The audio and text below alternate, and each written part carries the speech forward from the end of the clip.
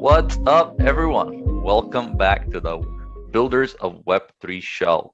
I couldn't be any more excited for today's guest, Marcus Esports Howard. I've been following Marcus on LinkedIn, loving his content because Marcus, you combine all of my passions, which are gaming and blockchain and content creation. I mean, that's kind of like the dream job right there, and you made it happen. And what I love about Mark is you have a picture with your two kids on LinkedIn and being a new dad. I think that has definitely shifted the perspective of how I look at my career and my life. So I'm very excited to chat with you. Marcus is also an author of an esports book playbook, which I want to learn more about. And we'll just go with it. I'm not even gonna go through your other titles because you're part of so many alliances and membership, and you're an adjunct professor. I mean, you're doing so much. So we'll just let the podcast handle it. So welcome. Yeah, thank you for the invitation. Congratulations on your son.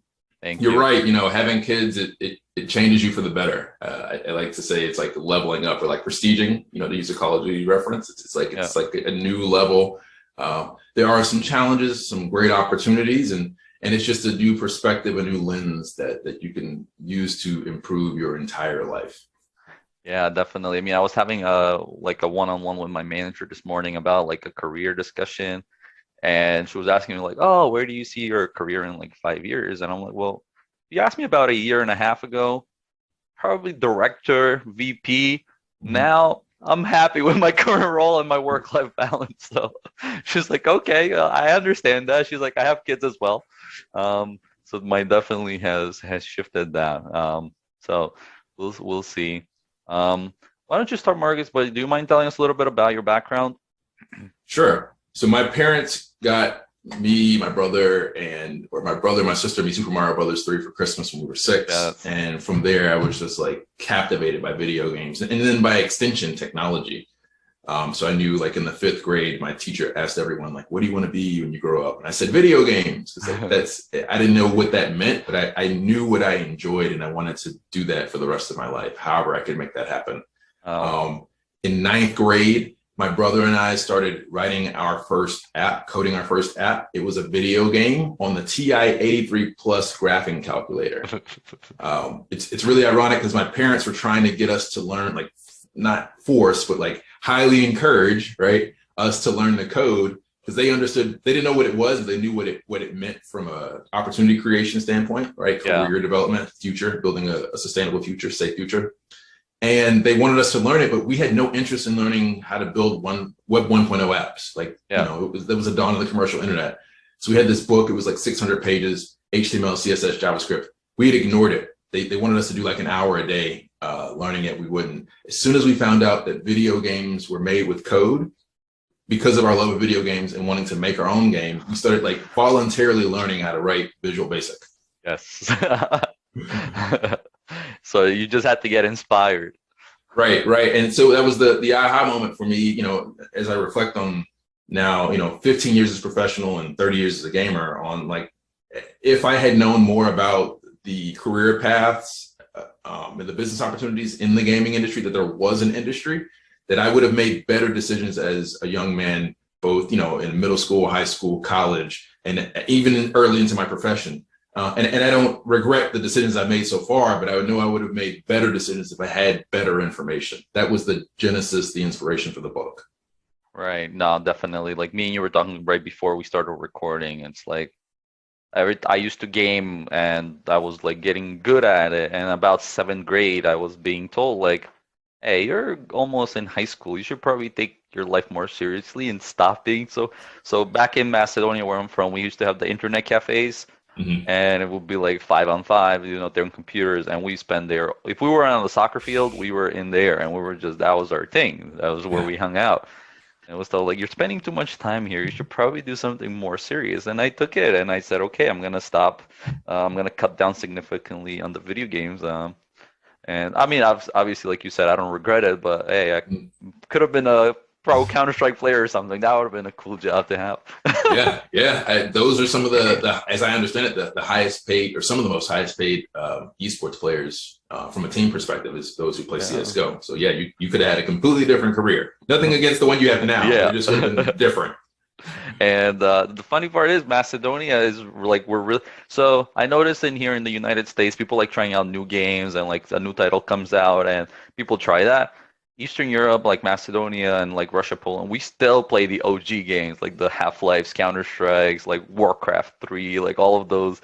We don't like nobody in Macedonia that I know plays Call of Duty. Not I love Call of Duty. I play it here because of my American friends, Yeah, but yeah. we've stuck with Counter-Strike and Macedonia won. There was a world tournament in Israel, and a Macedonian team had won first place. This was just recently, like maybe 4 or 5 months ago. Yeah, so it's a I love that about the gaming industry that there are different genres. So you have like first person shooters and sports games, yeah, but even within first person shooters, you have different titles. But even within that, like you said, there are different cultural like priorities or preferences for which games or which genres to play. So even yeah, across like first person shooter, you can't just say like Call of Duty League will be global, because in Macedonia it certainly wouldn't be. right, exactly. Now, and I think you know what really bothers me with the whole trying to get kids away from video games. I mean, I don't know if I might be wrong, but a lot of kids that we shifted away. So Macedonia is not a rich country, right? And we shifted away from video games and we shifted towards going to pubs and drinking and stuff like that. I'm like, we probably would have been safer in the internet cafe playing video games, you know, because if you shift away from video games as your entertainment, you have to find something else, right? You're not just gonna Replace give it. up and all of a sudden, yeah, I'm just gonna do math all day, you know, it doesn't work that way. So that's kind of why my big passion, and I know you like to. I mean, like 20% of your proceeds go to like your book, right? Tell me if I think that's what I saw on your page, but I want to do something where I help with STEM kids in my home country because Macedonia definitely is very digitally not as advanced as we should be probably in this day and age. Mhm. So that's definitely kind of where I am thinking about how can I make a difference in kind of that respect. There's two, I think, important things that are we definitely want to do a deep dive on. And the first piece of it is we were saying earlier before we started the recording the importance of like having the extra lens of parenting. I think we said it earlier into this recording as well. But what I used to be very resistant to the idea that you could play video games too much. I remember, I'll say this publicly. I have to rescind this statement that I falsely mocked the World Health Organization Mhm. for listing video game addiction as an addiction. Like I publicly mocked them. And now that my son is 3, while both of my kids get a ton of value out of video games, entertainment value, and I even have learning opportunities in games, not even like gamified education, but like video games where it's like the idea is to like count to 5 and you learn Mhm. math and counting through that. My son is showing early signs of what I would describe as video game addiction. I don't know if it's the overstimulation or the content. It's family friendly, age appropriate content, but his relationship with the video games is just too intense. Okay, but And what does that look like though? I don't. so like he will walk around the house and say like, "Oh, I want to play video games," or like name a specific game, and when it's time, he's played a healthy amount of time, and we want to take the game away and go do something else. He's having tantrums. Now, part of that is him being 3, Yeah. but the other part of it is it's just so much stimulation. He's just not responding to it in a healthy, balanced manner, and I can't expect him to do that because he's 3. So Right. it might not be full scale addiction. Maybe I'm being too heavy handed with that term, but at the very least, it's my responsibility to make sure he has balance in that. And so for us, what that means is right now he's not playing any video games. We do have a gamified educational app that he is welcome to, and we still encourage education. But we're going to take a break from him doing that for now, and just wait till he gets a little bit early, or a little bit older, so we can figure out how to phase it in balance. And I have to give a shout out to my wife because she's driving that. Because she has a different perspective as a mother than I do as a father, and I have such a heavy focus on games. I think I'm just biased against what needs to happen. Right. So all the credit goes to her, and I'm just working with her as a team as best I can to help make that happen because it's important. Yeah, that's very interesting. Yeah, so my son is like 8 months and he's very so too young, right? He doesn't care about that stuff now. But like as soon as he's ready, like I already have like a computer ready for him and everything because I started very young. Right. Um, but now when you're talking about it, I remember so we used to live in the town where the computer and back then there was no portable devices, right? You had to be in front of the TV or in front of the computer. Um, so my grandma and my grandparents would want us to go to the village and the mountains and stuff and go there for a day. And I couldn't live more for a day because I wanted to be back in front of my computer, you know. So I don't know if it was an addiction or what do you want to call it, but now when I'm thinking about it, I'm like, yeah, I couldn't live without my computer.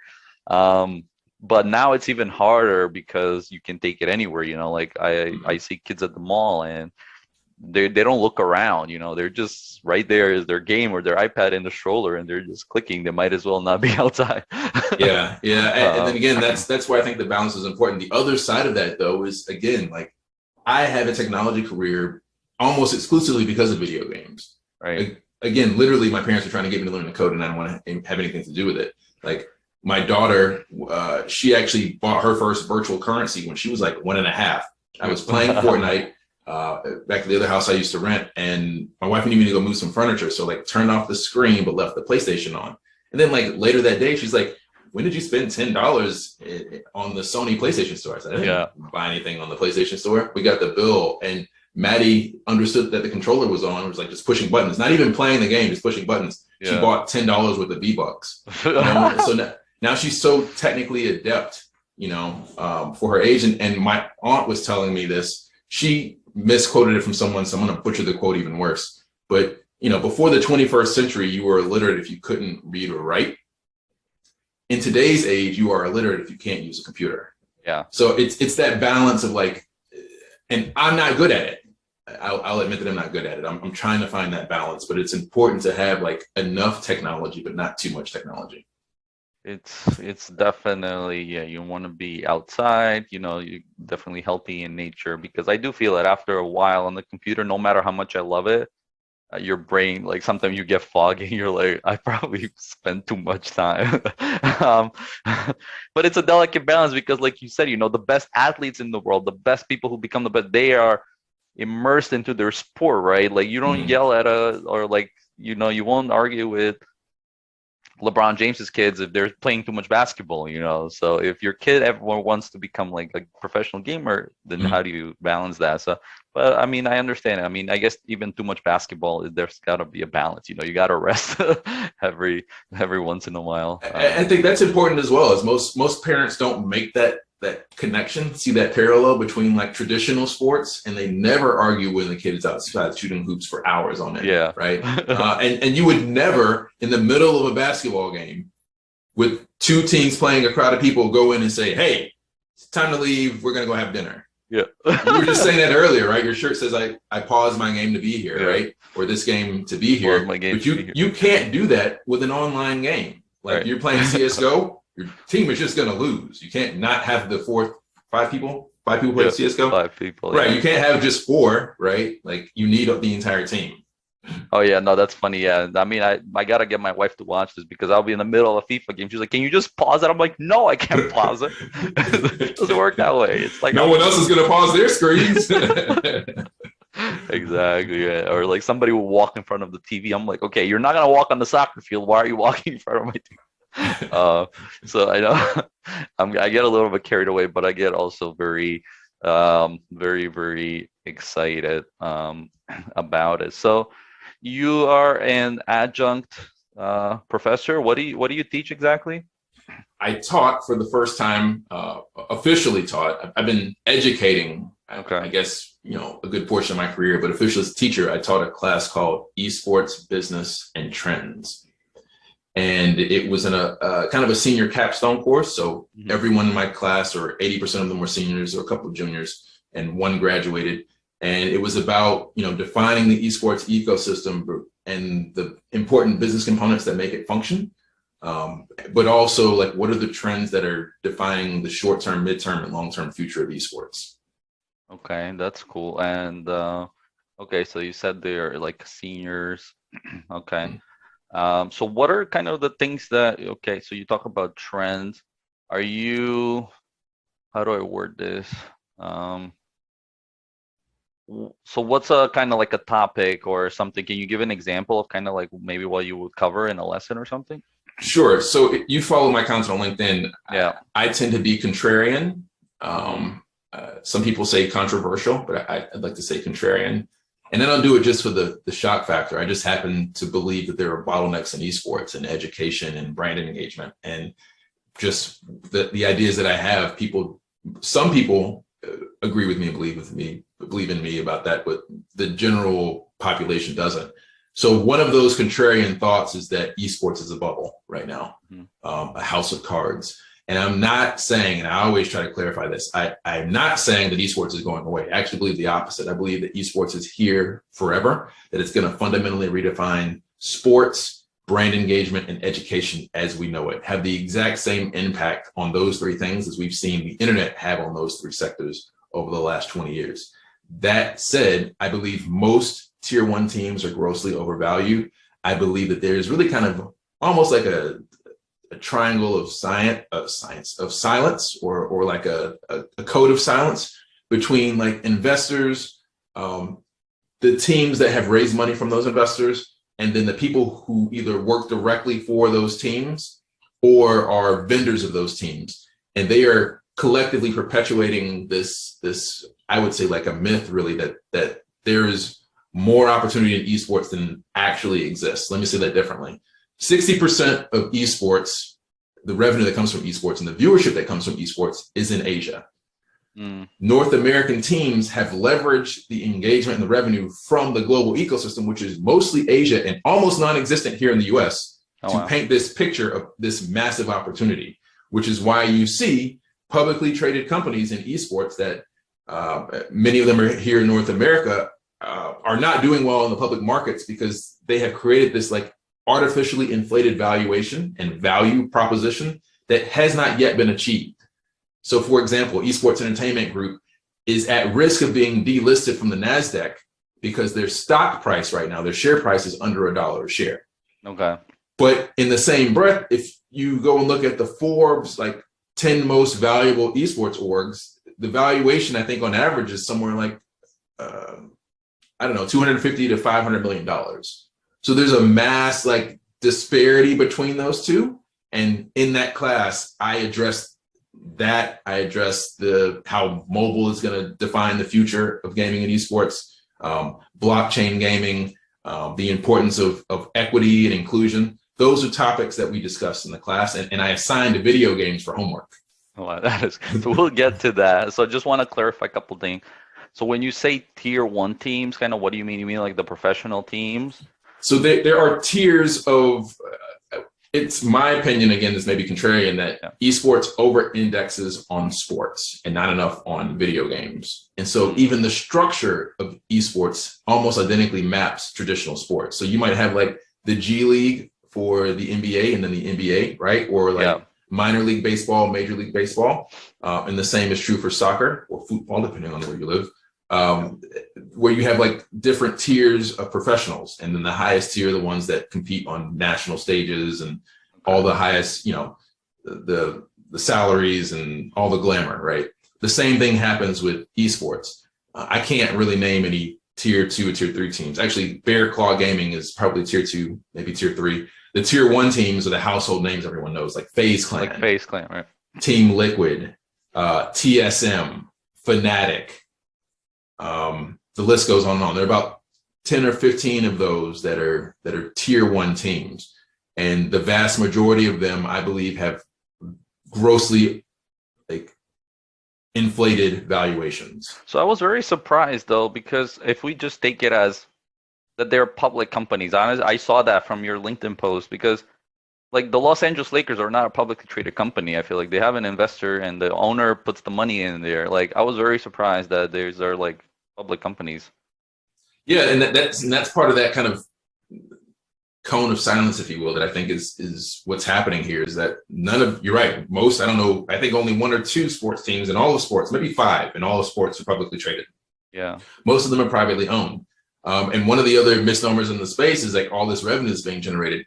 The average sports league or team monetizes its audience, its fans, at $50 per fan. Esports, I believe by next year, it's predicted will have an average monetization of $2.57 per fan. Oh, right? So that's like only 10% of what's in traditional sports. And then if you look at FaZe Clan, they only monetize about 42 cents per fan. so I mean, But they're it's supposed to be hard. valued at $1 billion when they Yeah, go public. I think it's hard. Like you're saying too, because soccer, right? Professional soccer, there's the leagues and stuff, and I have to watch that. Like if I want to watch soccer, those what I can watch for esports, and if I want to watch Counter Strike or Dota or whatever, Call of Duty. I mean, Twitch is there's hundreds of thousands of people I can watch, right? Right. Why should I yeah, how would FaZe Clan get me? I mean, I love watching them play and they're very skilled. Like I follow them on Instagram. Mm-hmm. But if tomorrow they ask me $50 to pay per month or something, I mean, I'm sure people will pay, but it's not gonna be $1 billion worth of people. I can assure you of that. It's just switch to the next person, like soccer or basketball. I can't just turn on a person just dribbling by themselves in the field. It's different. Exactly. So, when you talk about esports, do you take into consideration any is a Twitch streamer who's really good at Call of Duty an esports person, or is those people gamers? But is it like where's the differentiation in the two? I think there are levels to it. Esports, as again, these are some contrarian statements here. Esports as mainstream esports defines it, only really exists within that like tier 3, tier 2, tier 1 experience. Okay. And anything outside of that is not esports. I disagree with that. I think there is a wider definition that includes those, but also includes like even more, I call it casually competitive gameplay, right? There's like purely casual gameplay where you're just playing. And then there's like, I grew up on the console, and all of my neighbors would go to like my one buddy's house, and we would all play like Tony Hawk Pro Skater and like F-Zero and Star Fox. That was esports. It wasn't internet connected, but we were all competing against each other. Mm-hmm. Even if it was something like Tony Hawk, where like only one person could compete at a time, we would all just like hand over the controller, and then whoever had the highest score got to play first the next round. Right. Like that, in my mind, that's esports. Esports globally, as a culture, began in the arcades before we had internet connected devices. And so I disagree with the philosophy that esports only exist at tier 1 teams. Personally, I think esports will grow as it scales so that you'll start to see esports inside of companies. Like not like even Microsoft has their own Call of Duty or Counter-Strike team. Like Microsoft has their own multiple tournaments they're hosting internally for their employees to build company morale. That's where I see esports going, and maybe even externally to build brand engagement, brand loyalty with their customers, and potentially as part of a sales funnel. That's where I see esports going. But again, where we have our focus in now, like just FaZe Clan being esports, it will never reach that scale. Oh, I absolutely agree. I mean, because I personally, when you watch like a professional match, I'm not used to that, just watching them on the screen. And, I mean, there's like an announcer talking and stuff, but the way I got into the online stuff is the person who's playing, they're also talking, they're chatting with the audience, and they're making jokes. The audience is writing stuff on Twitch. Yeah. And to me, those people, I mean, like, well, like I forget their name now on Call of Duty, the guys who play Warzone. Mm-hmm.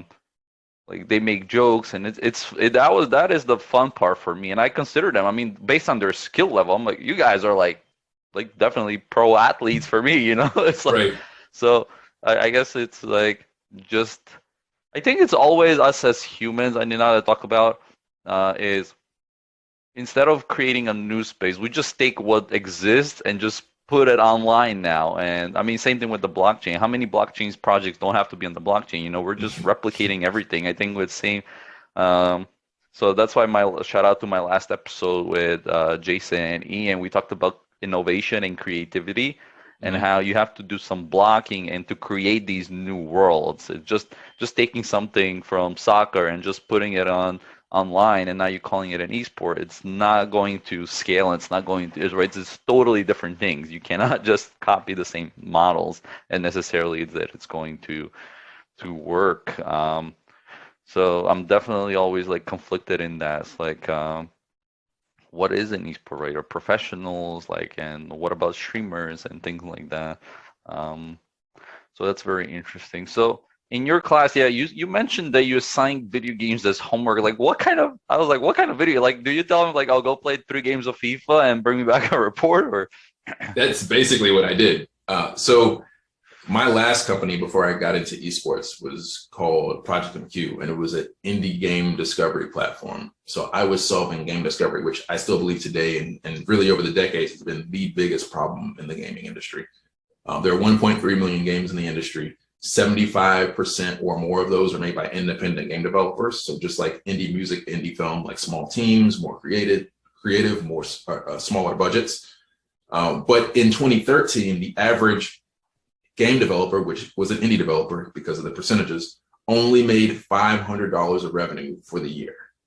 And that has only gotten worse because Steam opened the floodgates. Like, mobile has exploded. I think it's like 200 or 300 games release on mobile every day, something like that. Maybe 30 to 50 on Steam every day. So it's only getting worse. And so what I learned in that process of supporting indie games is there were so many more games than what I perceived as a average consumer, right? Mm-hmm. Because you only really see what's like marketed to you. So like Madden and Call of Duty, CSGO, like the games that have the companies that have the budgets, those are the games that you know about. Those are the ones you play. Right. So what I wanted to do in the class was, again, like dispel that myth that there were only like these top 20 games that you hear about in esports. So I assigned like chess as a game, and online chess, and I assigned like Knockout City and some mobile games and even a blockchain game, Ethermon. And the idea was to help students understand that there are so many different types of games. Just like we talked about, like growing the definition, expanding the definition of esports. I wanted them to expand the definition of what types of games could be in esports. So they would play the game, and then I had them do like an analysis on it, like what are the demographics who were playing it, and like how safe or relevant would this be for brands, like brands and families, to talk about like what is the scalable opportunity for the game. And I was inspired to do that by a class I took in college called Comic Booking the American Culture. We did the exact same thing. Like my professor assigned comic books for me to read, and then I would write a short analysis on it. My final exam was a paper comparing like the duality of Batman and the Joker and why they both have to exist. Like one validates the other. Like you can't have a Batman without a Joker, and vice versa. That is true. so that one class has been like my most memorable moment of my entire educational experience as an undergrad. So I wanted to evolve that into a digital format. And I think the numbers speak for themselves. I got rated like 4.6 out of 7 out of 5 for knowledge gained, 5 out of 5 for enjoyability, 5 out of 5 for me as a teacher, 5 out of 5 for the entire class experience. The kids loved it. Yeah, I wish I had that class. I would have definitely taken it. So, but is that, so this is a little bit swing off the class, but do you think that is a problem, or is it an opportunity for scaling this esports industry? Because so me and my buddy Mike Sapupo, who actually gave me this shirt, we always talk about business ideas, and I told him, I'm like, I would love to have a job where, let's say, I have my own company, and Microsoft tomorrow want to do a corporate event, and it's bonding. They bring in my company, and I set up the systems. They can do their events and stuff. Like that's a dream job. But once I started thinking about that road, I'm like, if I organize let's say for traditional sports tournaments, either soccer, basketball, maybe some softball game or a baseball game. Football, you're not going to play at a corporate event because you're all going to kill each other. So it's like 3 or 4 different options. With video games, when I start talking about it, 10 people play Call of Duty, people play Counter-Strike, people play Dota, League of Legends, indie games, Mario Bros. Mm-hmm. So it just gets a little bit overwhelming. Like, okay, how do we kind of like consolidate it? Do you think that is there going to be like four major players, maybe like four major games that are going to win out on the whole thing, or you think it's just going to grow and it's going to be niche audiences? Like, what's your kind of like take on that? In esports as a whole. Yeah, because right, if And how's esports going to scale if everybody's playing a different game? so it's funny you say that. That's actually the philosophy for my company, MetaArena. We believe that we should have, as many of the 1.3 million games that exist. I think that really almost any game has esports potential. And the problem is that the developers didn't consider the esports potential, Mm-hmm. and the gamers aren't thinking about some of the games from an esports perspective. But using your Microsoft example, like if there are, let me answer that directly first. What if I were you in that scenario? I would like ask them to ask their employees, like, what games do you play, right? And almost make it like open-ended, where they can give you the answer instead of you trying to frame it within what you expect, like Call of Duty, etc. And then you would put some of the popular games there, but put in some games that maybe they haven't played. I in my last company, we had a thing called indie game arcade. My brother and I did that, again, to dispel myths about like games only being first-person shooters. We would curate these amazing games from around the world and set up arcades where people could play tons of games they never even heard of, different, like not just like racing games, but like there was one where you could like write code and make a robot. Like you learned to code by playing a video game. We would introduce that, and it was fun. It wasn't a first-person shooter, but it was like genuinely fun. Yeah. So to answer your larger question, I think in order for esports to scale, we have to engage as many of the 1.3 million games that exist, because that's, in my mind, that's why the gaming industry is almost a $200 billion market, but esports is only 1 billion, because there are 1.3 million games. So there's something for everyone. In esports, there is not something for everyone. Right.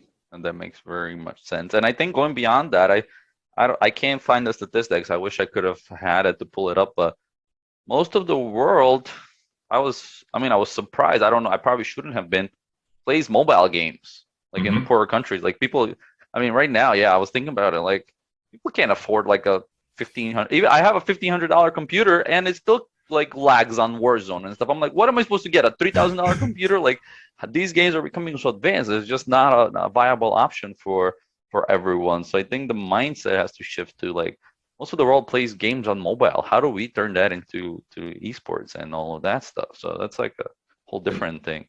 And that's what I taught in my class, is that opportunity. I think right now, mobile games generate about 53% of the global industry's revenue. And you're exactly right, especially, I won't say third world countries. I did that by accident in the last conversation I had, but developing countries, they don't have these expensive computers. What they have are mobile devices. Take India, for example. I advise some companies in India and doing more and more work there. My last conversation there, I believe like every month they're onboarding like 15 million people. And it might even be like 15 million people per week, because the population density is so great there, but the access to the technology just hasn't been there. So people are being introduced to like tech in some cases for the first time. And one of the first things they're doing is going on and playing video games. Like, why wouldn't you? Yeah. Right? So yeah, if you start to think about that, and most people can't afford like a $3,000 computer, even here in the US. That's why, like, I grew up on the console, because like my parents got me like a workstation PC. It was good for like turning on Microsoft Word, and like Solitaire. Solitaire was the game that was on there, right? Like floppy disk games, like no CD games. And then like the only games I could play on my PC were browser-based like Flash games, because it wasn't, even as a PC, it wasn't like a gaming PC. It was a productivity, like working PC for an employee. So I get that 100%. Now with as long as you have access to the internet, like any device can almost play any game. So why would you need a $3,000 computer? Especially now that I was messing around with the cloud gaming on Xbox. I was able to open like Need for Speed and all of those on my phone, and it's connected to the cloud. So the internet's still not as fast. I think if 5G once becomes more popular and stuff like that, I think that might change the landscape a little bit. So you don't have to install stuff. But I definitely feel it. Yeah, like I bought a laptop because I was totally like ignorant, and it was like I spent $1,000 on the laptop. I'm like, oh, I'll just play my games on here. The game had to be like 5 or 10 years old, otherwise it couldn't handle the new graphics, and it's advancing so fast. So I definitely had to. I learned that lesson the hard way. Yeah, but then there's like this major stigma here in the U.S. and maybe it's globally, but for sure in the U.S. At least from where I can remember as a kid, it was like the statement like PC master race, right? Like if you Hmm. didn't have a high end gaming PC, like you didn't deserve the right to play video games. Yeah. And if you look at esports today in the U.S., it's like basically only on high end PCs. Yeah. And people don't take you seriously if you're like a console player, basically, like Exactly. at the highest tiers. Interesting. So why? So we were talking about before. I know we're jumping around a little bit, but we're talking about the monetization in the U.S. versus Asia. Why do you think is that disparity between the cultures? Like, why is the monetization so much higher in Asia? I've never been, which I always want to do. I feel like I have to experience that, but is there like what's the cultural difference between where the money is being made and stuff like that? Well, and I can only speak anecdotally for South Korea Yeah. and to a greater extent Asia, but and maybe not if you think about China. But in South Korea, StarCraft, I believe, is their official sport, Wow. right? Like it's actually part of their culture. Gaming is like embedded into their culture, which is why like when you see some of these tier one teams again, like FaZe Clan or Yeah. Optic or whatever, and they're playing like League of Legends or whatever, like most of their players are Pan African, Asian because it's just embedded into the culture. That's not the case here. Yeah. And you also have the stigma here in the US, which is even more complicated, that video games basically cause school shootings. Yeah. All the research says the exact opposite. Actually, playing violent games reduces your likelihood to do violence in real life because it becomes an outlet. But the stigma, the myth, is that video games, violent games, cause violence in real life.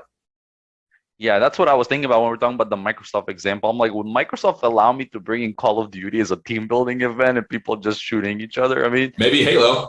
maybe, well, yeah, because they made it, they Oh, have well, an, actually, well, they Microsoft is act going to own a Call of Duty soon. Call of Duty, yeah. So it's like that stigma. Because I mean, growing up in Europe, we were like 5, 6 years old. I'm not saying like my 5-year-old is gonna be playing like Counter Strike and Call of Duty and all of that. I'm not sure yet. But as a 5-year-old, I was playing Counter Strike, and nobody ever saw it as like a problem or anything. But I Mm-hmm. think the other part was Counter Strike was a game and it had the graphics of a game. When I play Call of Duty Warzone and somebody shoots me from out of nowhere, I'm jumping up and down. I'm like, oh my god, I feel like somebody just got. It's like becoming so realistic to a Mm-hmm. point. I'm like, oh my god, like I've had nightmares from playing like Call of Duty Warzone because people just shoot you out of nowhere. So it's Yeah. definitely that becoming so realistic that it's kind of it's a little bit scary at some points. Some points for me. Um, so I know we're having a lot of conversations, but you're also into Web3 and NFTs, and this is the builders of Web3. I know we got carried away, but I love talking about everything. So the one thing I thought about, do you think NFTs will kind of change maybe the indie game market? Meaning like with NFTs, you don't need 1 million people or 2 million people to play your game. All you need is 1,000 people who's going to buy your NFT to play your game, and you can make a like a livable wage. Have you thought about it from that kind of perspective, from an NFT perspective, if that's gonna change the market or? It could and it might not. And the reason, I don't know how much time we have. We have time. Yeah, yeah. So if you think about like NFTs for weapons and characters, that market already existed before the blockchain existed, right? Right. Like CS:GO, you play CS:GO, you get it. Like there was Yeah. a secondary, there was even like a black market for skins. There was like Yes. gambling for skins that existed before the blockchain existed, right?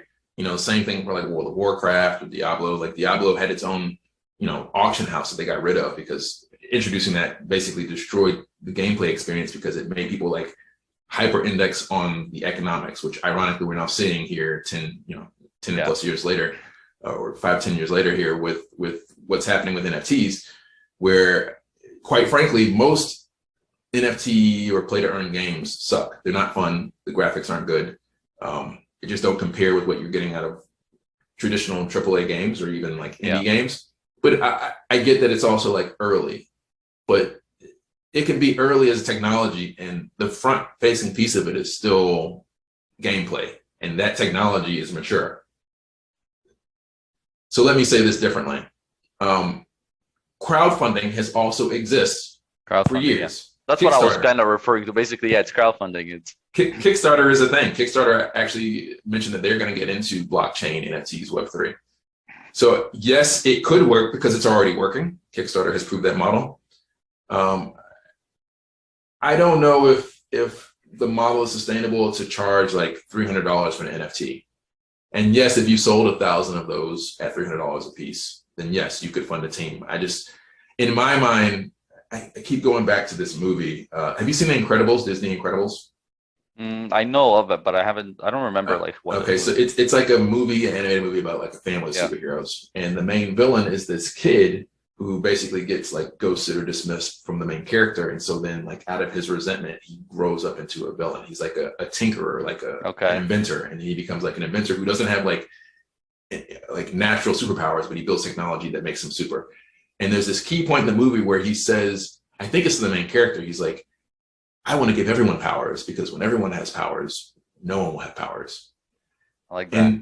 And then I think about that from an NFT perspective, right? Like if my phone charger had an NFT to it, and this nearly empty cup of water had an NFT to it, and these plastic sunglasses for my son had an NFT to it, and like, I don't know, like this piece of trash that I should have thrown away, which is now an empty container of yogurt, if it had NFTs to it, everything had NFTs to it, what is an NFT but a digital receipt? There's a thought leader in on LinkedIn ecosystem, Samson Williams, that has been in the blockchain space like pre the ICO era. So he was, I would say that we were all part of a cohort, and he was idealistic about blockchain as well, and then has seen it like not deliver on like the utopian society it was supposed to. And so he refers to NFTs literally as digital receipts. Like it is a digital, yeah. So like, why would it be worth $300? Why would anything, right? So it's both of those things. Obviously, like digital items make sense. You don't have to teach gamers about digital items, digital currency. B, like the value of skins and characters are real because an entire market existed, a multi-billion-dollar market existed before blockchain. But on the other side of that, like this, right? Like, so that's how I feel. I think it can happen, but I also see why it might not happen. Yeah, I mean, I think what I like about it is it doesn't have to be great use case for, like, why do we collect Pokemon cards? It's not a great use case. It's not changing the world, but we are social beings. We love collecting. We like showing off to our friends and stuff. Like, I mean, I have a Luka Doncic here card, and it's not the OG rookie card, but it's still a rookie card. Who else do I have? I have Kawhi Leonard when he went to the Raptors. So I definitely like, why are you spending this much money on this stuff? I don't know. Something inside me wants to own it.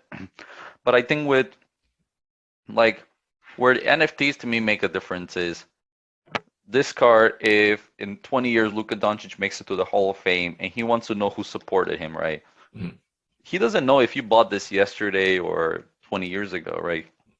But on the NFT side, I can be like, Luka, look at this. I had your card when nobody else knew who you are, right? So it's kind of from that perspective, it's kind of that historical trail. Like, and I think I'm debating whether it should or not. Like, if I've been supporting Luka Doncic, should I get more reward than somebody who started supporting him a month ago? And one side of me says yes, but on the other side says, like, we're both fans. Who cares how long you've been supporting him, So then you shouldn't get any special benefits. But from that standpoint, from an NFT perspective, like, oh, I knew I was playing. It's like, bro, I was playing Counter-Strike 20 years ago. You didn't even know what it was. Check out my NFT. Right. I was the OG. Like, we love being the OGs and everything. So I think from that collectability standpoint, it could work.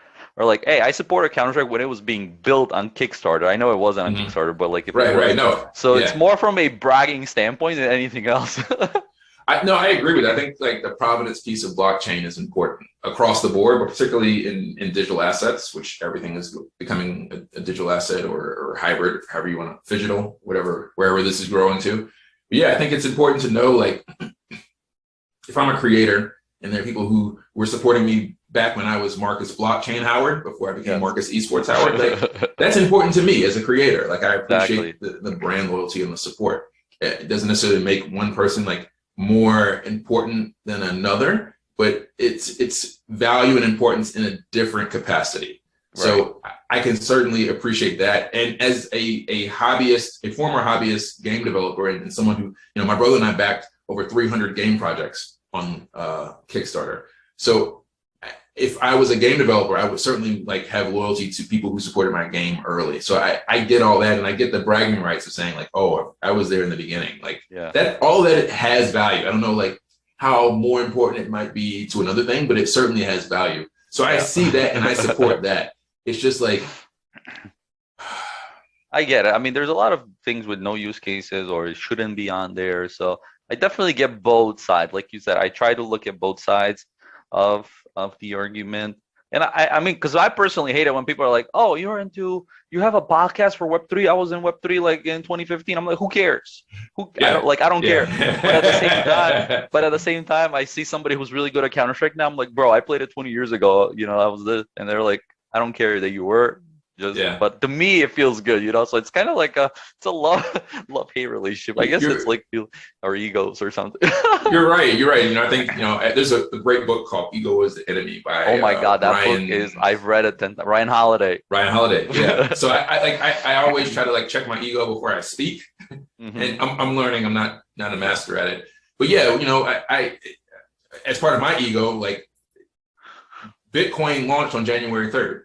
My birthday is January 3rd. And I got an IT degree because I missed out on all the value created from the internet. Like, I was just a consumer and I didn't have the wherewithal to understand the value there. So when I got my IT degree, it's like, I want to track bleeding edge tech before it becomes cutting edge. So I won't say that I was there like January 3rd, 2009, or that I knew about like the white paper when it launched in 2008 on Halloween.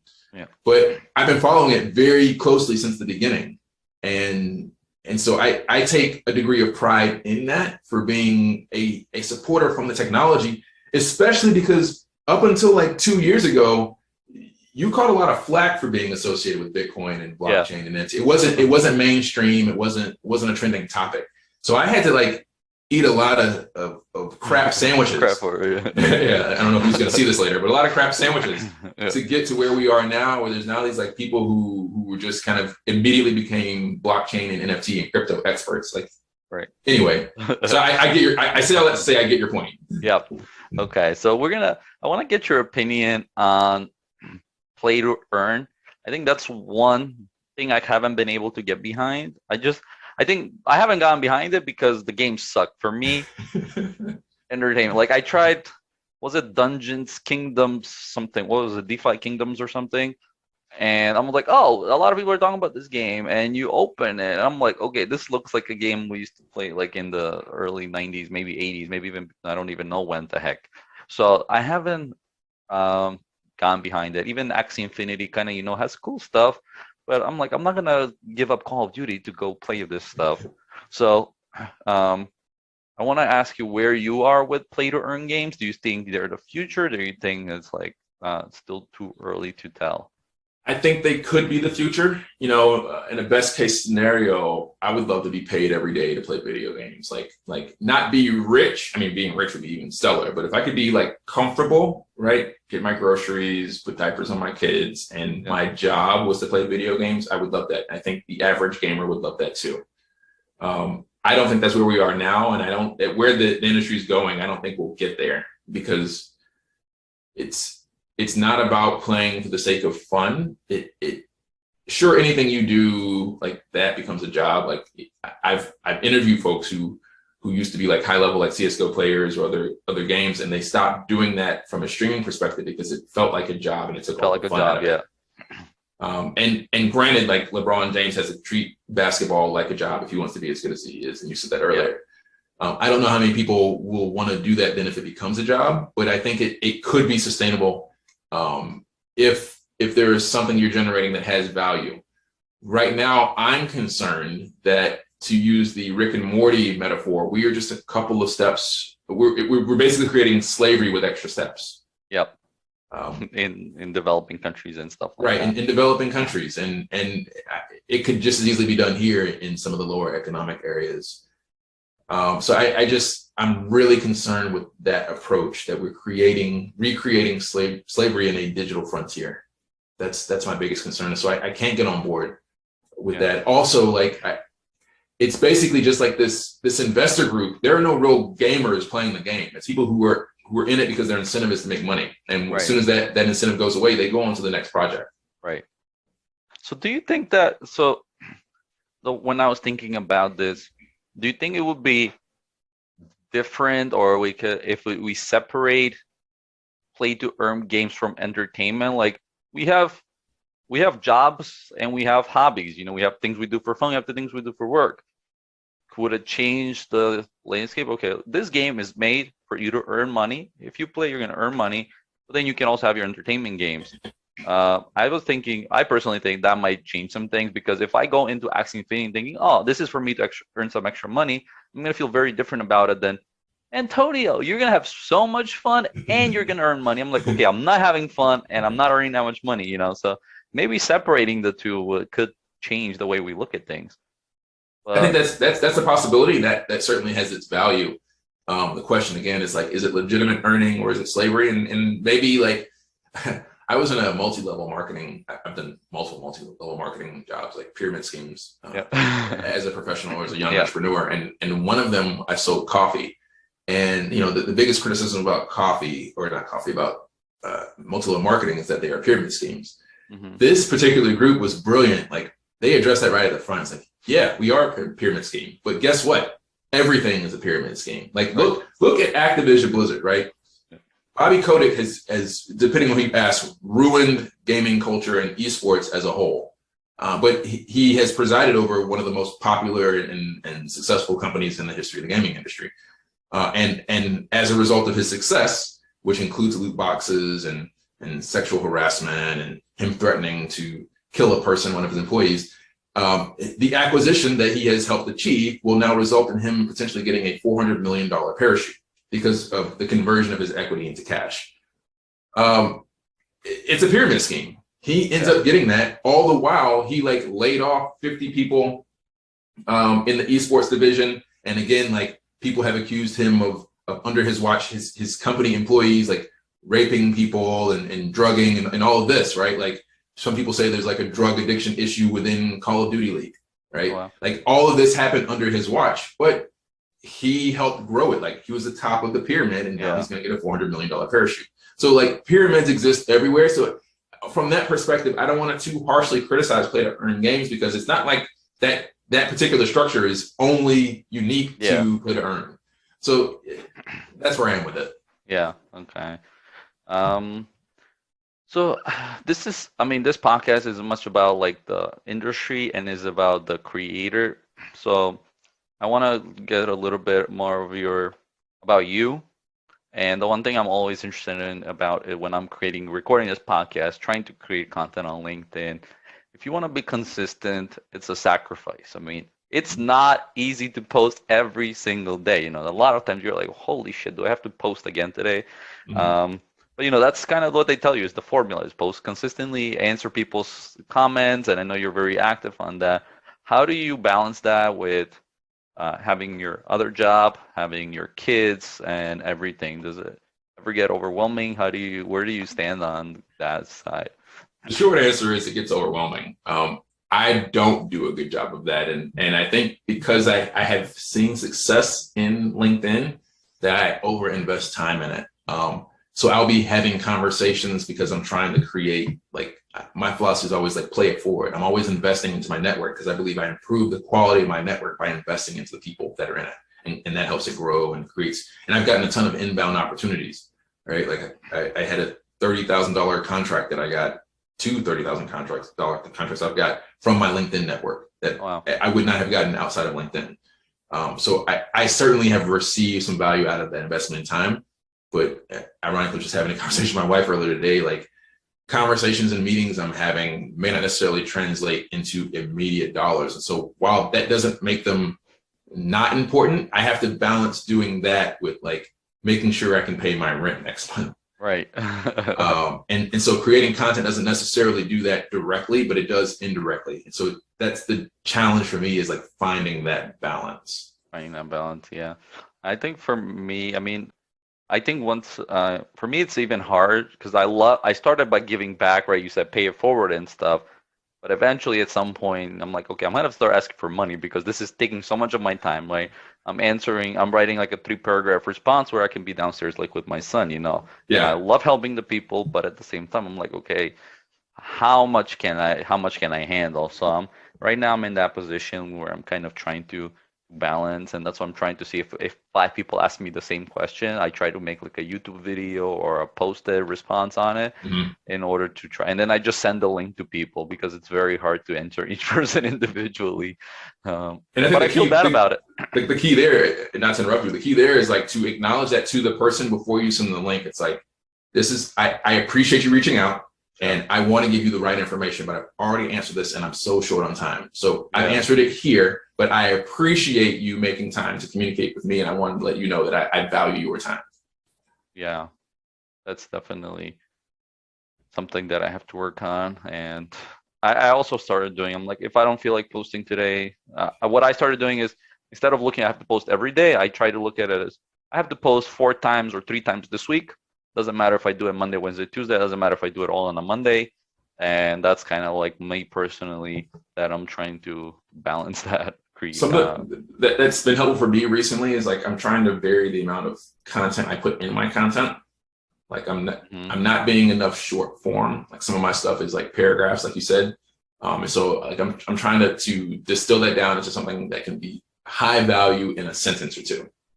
I don't know if you've seen some of Yeah. that, but like I'm doing some of that, and it's helping. The other thing that I'm doing, really not by choice, but out of necessity, is that like I'm staying off of LinkedIn, generally speaking, on Tuesdays and Thursdays because of the schedule that I have with my wife and her job. Like she runs her own small business as well. Oh, nice. And our kids go to preschool on Mondays, Wednesdays, and Fridays. So on Tuesdays and Thursdays, they don't go to preschool. So they're here. So like I'm trying to be more present and put my phone down, which I'm still struggling with because people have access to me to LinkedIn from there. Yeah. But like trying to be more present there. And in those cases, I might not end up producing any content on Tuesdays and Thursdays. Yeah. And to answer your other question, like, yeah, you have to make money. Like literally right before, one of the reasons I was late to our conversation was that I was finishing up a post where like asking the LinkedIn community who's looking for video game, business strategy, and growth hacking expertise, because I'm doing contract work now. So like I need contracts to pay the bills. So I've literally just literally an hour ago asked the community if anybody's looking for that kind of work. I saw so that. I hear you. Thumbs up. Thank you. So I feel what you're talking about, 100%. I'm right there as well. It's a challenge. Okay, yeah, awesome. So I know we're coming up on the hour. If I would like to spend 5 minutes, the last 5 minutes or so, on your book. If you want to tell us a little bit about your book, I definitely want to check it out. And so what can somebody expect from the book that you wrote? Who is it for, and what can they learn from it? It's for gamers and non-gamers. It's for kids, it's for parents, it's for teachers, it's for business owners, it's for investors, it's for community leaders. I believe, again, my philosophy is about achieving scale and scaling value. And you mentioned that comment earlier about like answering the same question 5 times. So you wanted to create a link. Like this book is my link, right? Because people ask me like, what is esports? And instead of answering that question, and I still answer the question over and over and over and over and over again, but I want to give a full answer, and people will have follow-up questions. So I built this book to be that resource, like the go-to. People have literally described it to me as their esports Bible. But I wanted, this was challenging to do, to kind of address all of those perspectives. And I don't think I added as much information for businesses as I would like. And that's why I'm glad I will hopefully make volume 2 to kind of fill that gap. But this was to help kids understand the career opportunities in the space, which I didn't have when I was a kid and I needed. Mm-hmm. It's for them to then communicate that value to their parents, which I didn't have, right? And which I needed. To their teachers, which I didn't have, which I needed. My trigonometry teacher in 9th grade, that game I was making on my calculator, she deleted it off my calculator while I was at lunch because she couldn't make the connection between me playing video games in class and learning to code. Yeah. right? Or So that's what the book is for. Yeah, I was devastated, but it helped inspire this, right? So yeah, that's the goal of the book, is to introduce the $180 billion gaming industry, the $1 billion esports industry, and really help people understand that video games can create value across society, from education to brand engagement to fundraising and nonprofits, and even like civic engagement. Imagine using like a CS:GO tournament of all things to like get more people registered to vote, right? that'll be cool. That'll be So cool. that's what the book is for. Okay, awesome. And where can somebody get the book if they want to read it? You can buy the book online on Amazon.com. Just search for Innovate Gaming and Esports. You could actually also find it, ironically, on OpenSea as an NFT. You can literally read the entire book cover to cover without spending a single dollar, because I have the book as the world's first fully interactive 3D book NFT. I love it. Yeah. I love it. There are like ecosystem infographics in there. There's an entire chapter of just video game demos. So like you can play the games that are in the book, just like those old school gaming magazines. Tons of information. Cool, man. Cool. Well, with that in mind, if anybody wants to check out Marcus's book, I'm sure you won't regret it. I'm definitely gonna be ordering it, supporting you, and I want to learn, man. I'm always, when I'm thinking about like how can I make esports, how can I make gaming somehow it doesn't have to be my main career, but even a side hustle, something that I start off with on the side, because I definitely spend a good amount of time. And I want to turn the light off so that they can see it when I watch it later. But so I didn't create this infographic. Shout out to Nico Bassons, who's in France. He's a educator, and he has a Medium blog where he has a bunch of these infographics. There are 100+ STEAM career opportunities in the industry. Oh wow! So like, it is highly likely that what you're doing today, you could also be doing in the video game and esports industry. But most people don't know these opportunities exist. Right, 100%. Wow, it's a lot of careers.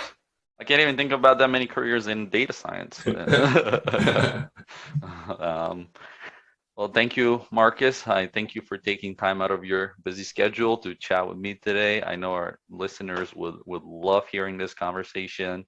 I learned a ton personally. I hope everybody else gets some value out of it as well. And we'll have to do a volume 2 again. I mean, there's a lot of topics that I wrote down that I wanted to talk about that we haven't covered. I mean, it's always, I can talk about video games forever, so it's never going to be the end. But I really appreciate you joining me today. Yeah, glad to have a follow-up conversation. Thank you for the invitation. If anyone in your network has any questions, again, where I can make the time, I try to be an open book, and my DMs are open. Like, I always want to try to make time to at least point people in the right direction. If I can, slice off 30 seconds or 2 or 3 minutes or 5 minutes to answer questions, I will. Yeah. But again, to your point, like, you've got one child, I've got 2, soon to be 3, and I'm trying to achieve that balance. So yeah, it's a work in progress, and I'm not there yet. Well, it's okay. No one is. We're all trying to figure it out. Thank you, Marcus. Thank you.